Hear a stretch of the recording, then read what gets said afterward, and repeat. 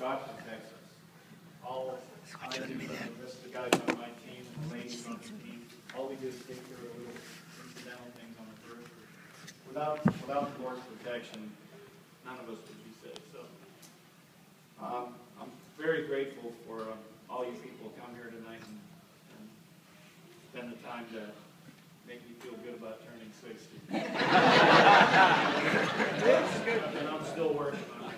But I'm really blessed to have some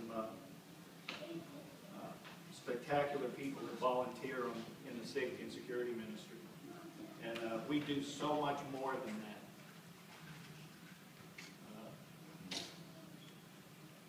that. And great friendships. Everybody really on our team really cares about what we do. And all our meetings, every time we get together and train, we always make sure that we put the right people at the top of the list, and we always put God first. We're here to serve God, and in serving God, we serve the church. And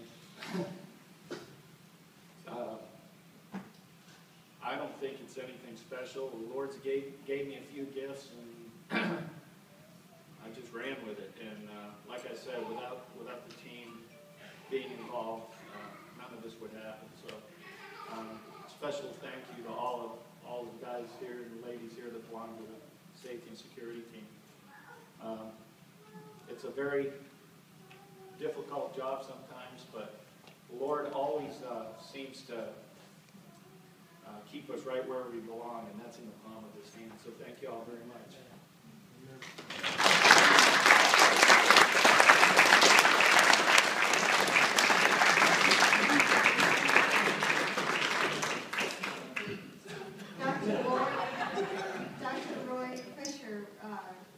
What, 6 years ago, 5 years ago, Ron and I were asked to drive the prime timers to Gatlinburg, Tennessee to a conference, and we're there for a week with him, and forged some great friendships.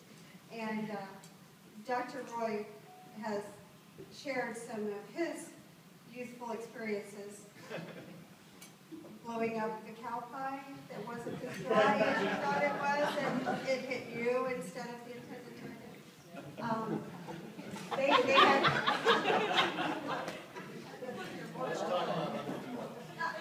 had fun, and I think you had a gift on your desk one time that was a skunk and a chunk kit. Is that what it was? Ron had designed one for you. Put a bunch of rolled up tape in a box, and if you moved it, it sounded like an animal with little claws crawling in the box. And he wrote "skunk in the trunk kit" and gave it to Dr. Roy for a birthday gift. And he had shared a story where he found a baby skunk in the barn and didn't quite know what to do with it, and saw a car with the trunk open. Solved the problem. That's what I was saying. Like it said on the slide, don't go to me from my past because I don't live there anymore. Praise God, he takes care of those things. We still look back and can't believe we lived through some of the things we did and some of the things we were involved in. Broken arms, broken legs, broken heart, the whole 9 yards. I just thank each and every one of you for coming tonight. People from the orchestra, neighbors for years and years, and high school friends that the Lord has continued to forge our friendships. Tom and I sang in First Baptist Youth Group Choir in 69, 70 something. Long. Go to my Facebook, you'll see the picture. Oh no.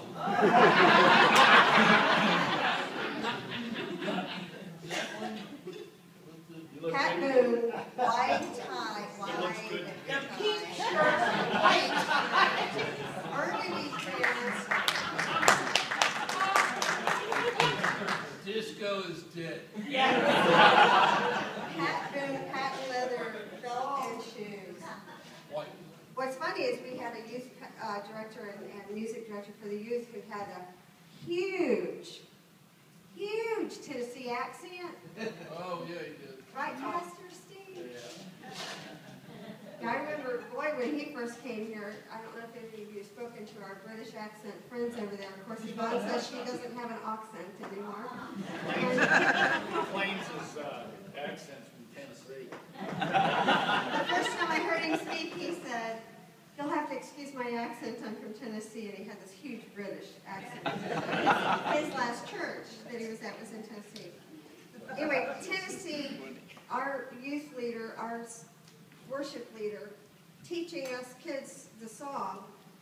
My mother came in to pick us up, and she cracked up, and I think your mom had come in, because we were singing, "You can have life if you want it." The parents walked in the door going, Okay, the word man is going to Georgia to sing, so "It that worked. was okay. It worked."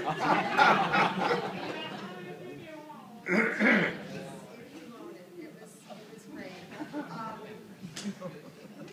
The premise keepers that clean up and set up and continue to maintain our church are just some phenomenal people. You saw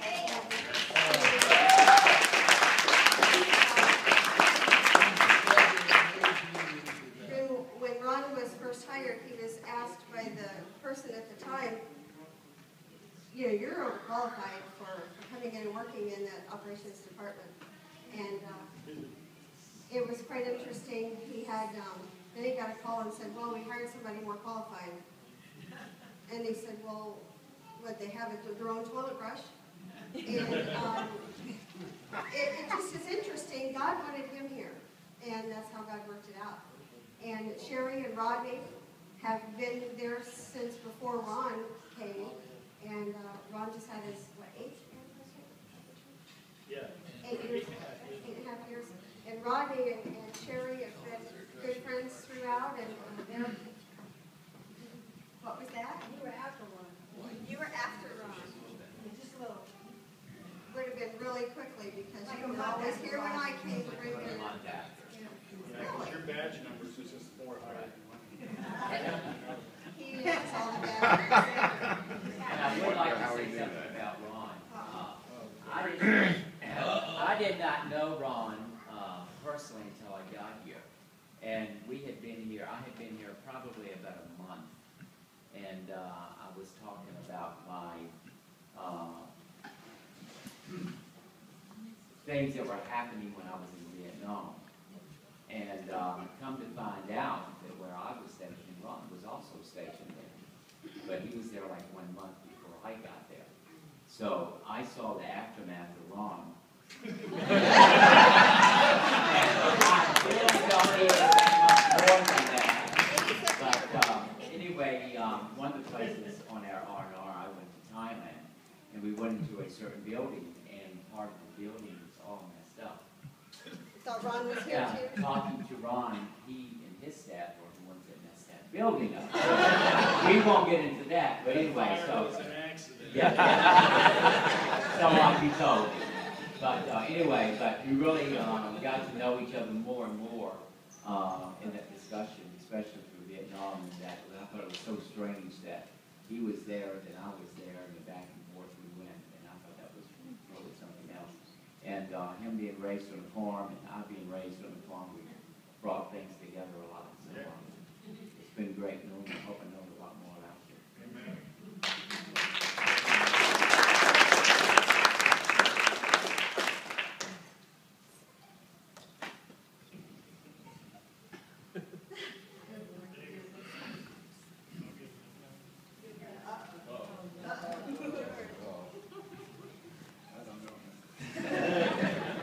3 years ago, I was wandering Saturday nights because my children love to come to Saturday night service, and I wasn't into Saturday night service. So they asked me to become, come walk security.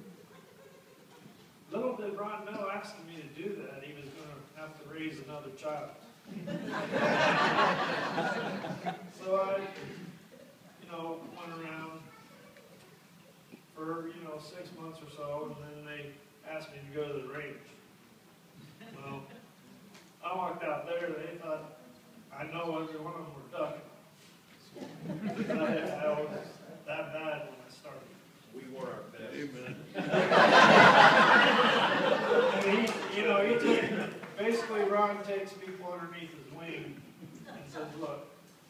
gonna make you as a security guy of God. And we always put God first. That's the thing that needs to be said about Ron. Put God first. It's that way. There's not a member of the security crew that doesn't put God first when they're in the building, even in their own personal lives.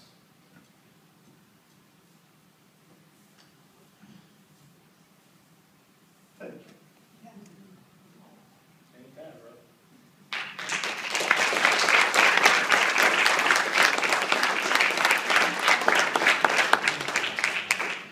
Weeks ago, he moved up to Cert 1, so he's doing Really well.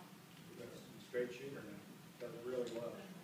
Nobody Nobody moves to Cert 1 unless they know what they're doing, trust me. A few people in, I'm sorry. A few people in the room work up in audiovisual lighting and sound with us, and I appreciate you, John. I just have a huge heart for what you do and who you are. John is not just our director of technologies, he's also a pastor and our pastor in audiovisual lighting.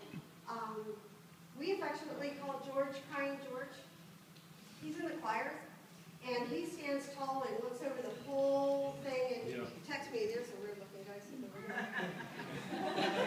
But George has such a heart for people and such a heart for the Lord that if a song touches him, he truly was called to worship when he's singing, because you see it, and he's up there and the tears are running down his face, and the cameraman's like, oh, there's Crying George.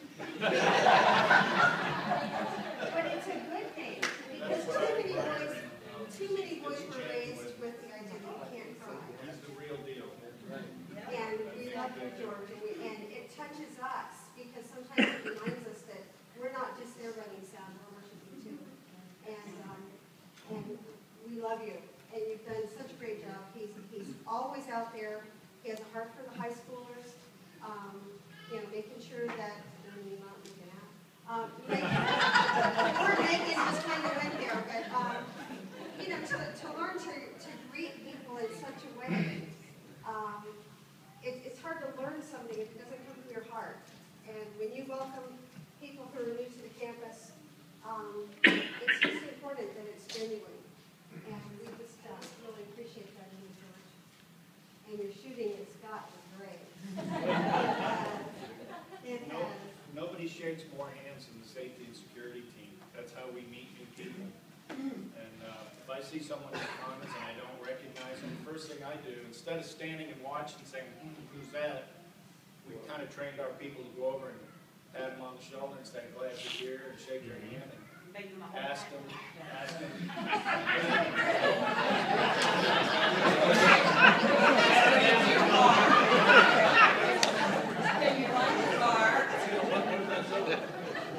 Susie just reminded me of something. I should come up to me and say, that guy in that black coat over there, big gun under his coat. And I go, what guy? He took me over and pointed him out to me. And so I go up and I said, and it's not illegal to carry a gun in the church.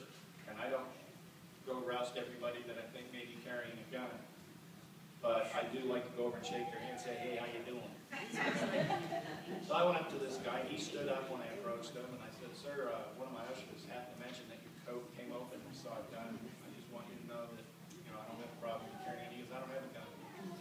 So I said, well, someone said you did. And he opens his coat, and here's this insulin pump hanging out. I'm sure the look on my face said it all. And he goes, hey, I really don't mind. I appreciate that you have a security team. I'm very impressed. It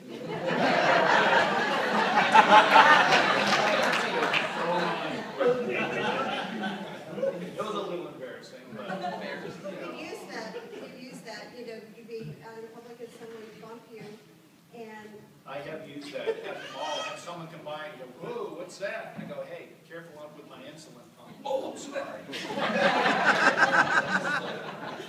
I do want to say one thing. Back in 79 and 80, I was shooting competition pistol, and Ron made the comment to Jerry, he says, you trust a woman with a gun? I I could out-park him with a 45, and he was much better with a That was prior to his birth in the Lord. But that was still Ron being Ron to his sister. Because I always tell you that girls usually shoot better. Right, Robin? Yes. But I still remember that. I'll go shooting with you sometime now. I'm always ready to do that. Is that it?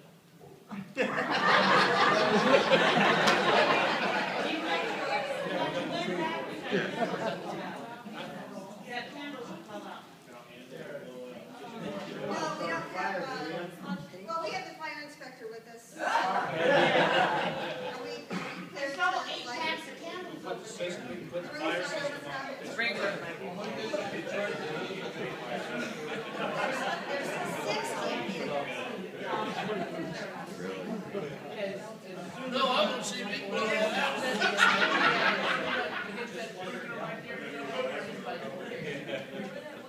Just pour a lighter fluid on the cake and set it on fire. We don't want you snowing all over the place.